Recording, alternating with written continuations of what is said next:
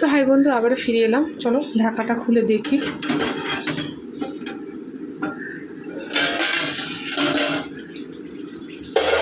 তো জাস্ট দেখো কালারটা, শুধু দেখো।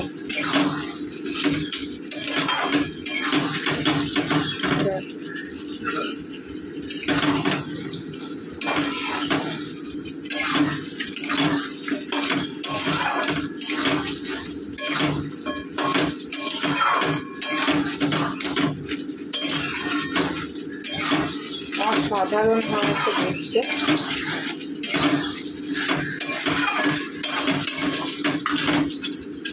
বন্ধু হোক, চলো আমি আলুটা ভেজে নিই। তো বন্ধুরা, কাঁকড়া এই আলু দেবো, এই আলু কটা একটু ভেজে নেব।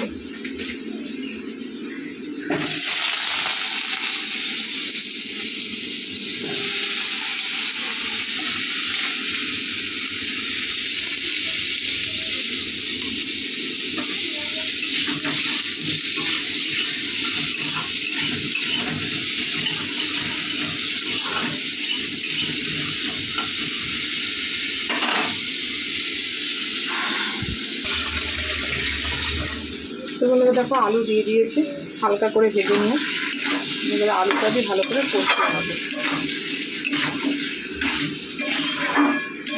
আহা, কি সুন্দর দেখো মাংস তেল। এটা হলে আর মাংসের দরকার নেই। দেখো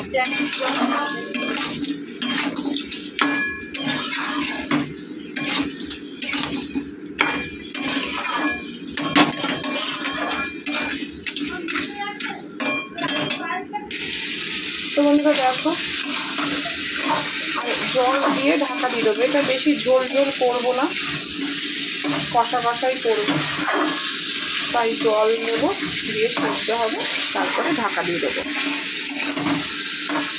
হালকা হালকা ঝোল রাখবো।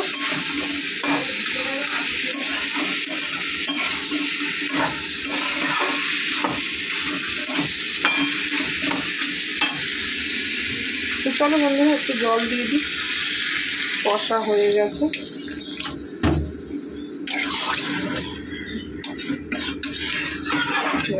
কত সুন্দর কালার এসছে।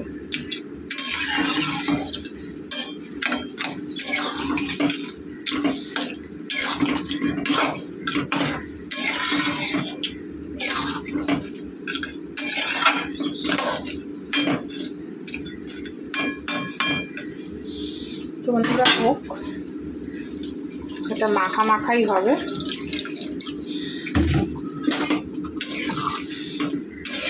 কারণ এটা ঝোল ঝোল ভালো লাগবে না।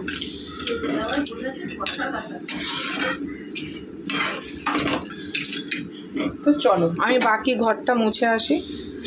এটা হোক, আলুটা সেদ্ধ হোক, এমনি হয়ে গেছে। আর ঝোলটা একটু টানবো, মাখা মাখা হবে, তারপরে আবার ফিরে আসবো। তো বন্ধুরা অনেকক্ষণ আগেই বসিয়েছি, চলো এবার ঢাকাটা খুলে দেখি অবস্থাটা কী আছে।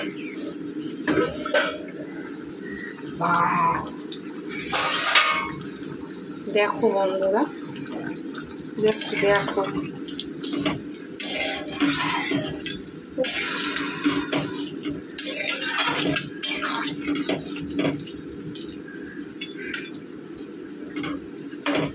আলু সেদ্ধ হয়ে গেছে।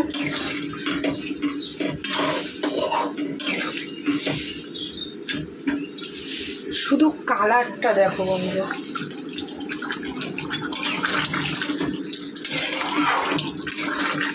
চলো একটুখানি দেখি। হ্যাঁ,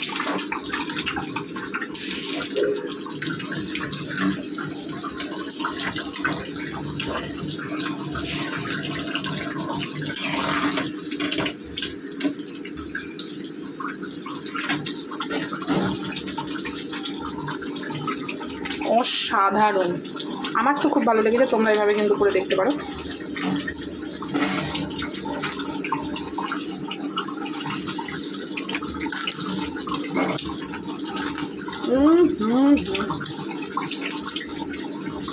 দারুণ। আমি এইভাবে আজকে রান্নাটা ফার্স্ট টাইম করলাম। অন্য সময় মাছের মতন ভেজে নিই কাঁকড়াগুলোকে, হালকা ফ্রাই করে নিই, তারপরে করি। কিন্তু আজকে আমি কাঁচা অবস্থায় ম্যারিনেট করে করেছি, দুর্দান্ত স্বাদ হয়েছে বন্ধুরা, বিশ্বাস করবে না। তোমরা একবার বাড়িতে ট্রাই করে দেখতে পারো। মাছ মাংস ঠাংস সব ফেল হয়ে যাবে, এত সুন্দর হয়েছে।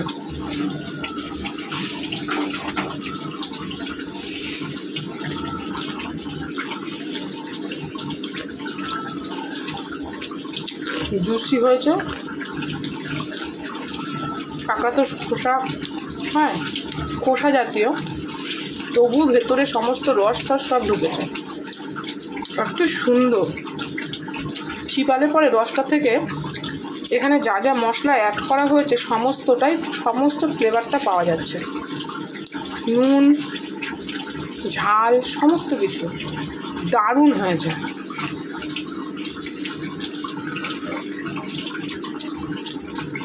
কোনো কথা হবে না।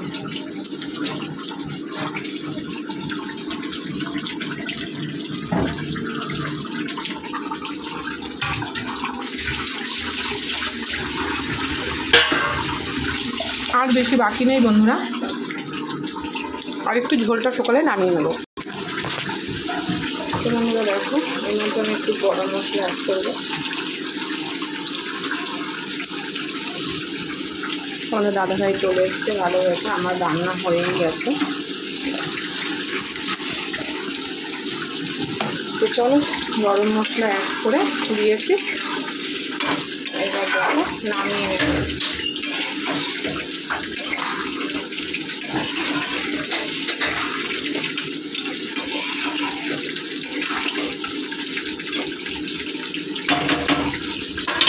অফ করে দিলাম, এবারে নামিয়ে নিচ্ছি।